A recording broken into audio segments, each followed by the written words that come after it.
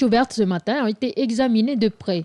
Il s'agit d'observer le fonctionnement de la colonie pour détecter la moindre anomalie ou encore vérifier la présence de maladies ou de bactéries. Des prélèvements d'abeilles ont été réalisés. Les analyses seront ensuite faites en Nouvelle-Zélande et en Nouvelle-Calédonie. De plus, des tests ont été effectués sur place pour repérer la présence de varroa. C'est un acarien parasite de l'abeille qui est présent partout dans le monde quasiment. Bon, il n'est pas non plus présent en Nouvelle-Calédonie.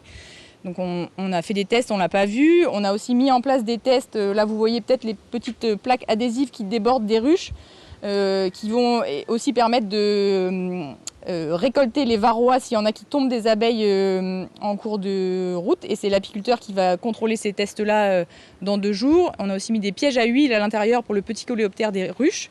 Et c'est aussi l'apiculteur qui les récupérera et qui nous les transférera derrière.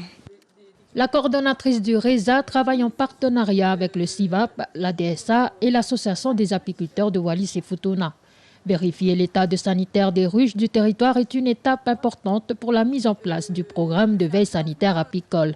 Pour l'heure, nous rassure la vétérinaire, les abeilles de Wallis et Futuna sont en pleine santé. Il y a l'objectif d'export de produits apicoles vers la Nouvelle-Calédonie, mais il y a aussi l'objectif quand même qui est même presque plus important, c'est de protection du statut sanitaire des abeilles de Wallis et Futuna. Parce que si vous n'avez effectivement pas du tout de maladie, il y a quand même un risque. C'est le même qu'en Australie, le même qu'en Nouvelle-Calédonie, peut-être moindre parce que vous avez moins de touchés de bateaux et la principale porte d'entrée de maladie des abeilles, ça va être des essaims contaminés qui viendraient de Nouvelle-Zélande, du Vanuatu, de Fidji, qui sont 3 pays où il y a du varroa par exemple, donc l'acarien des abeilles. Avec ses 17 ruches, Xavier Assar produit 200 kg de miel par an, soit 400 pots déposés en vente dans les commerces de l'île. Xavier souhaite ardemment pouvoir exporter son miel au-delà de nos frontières.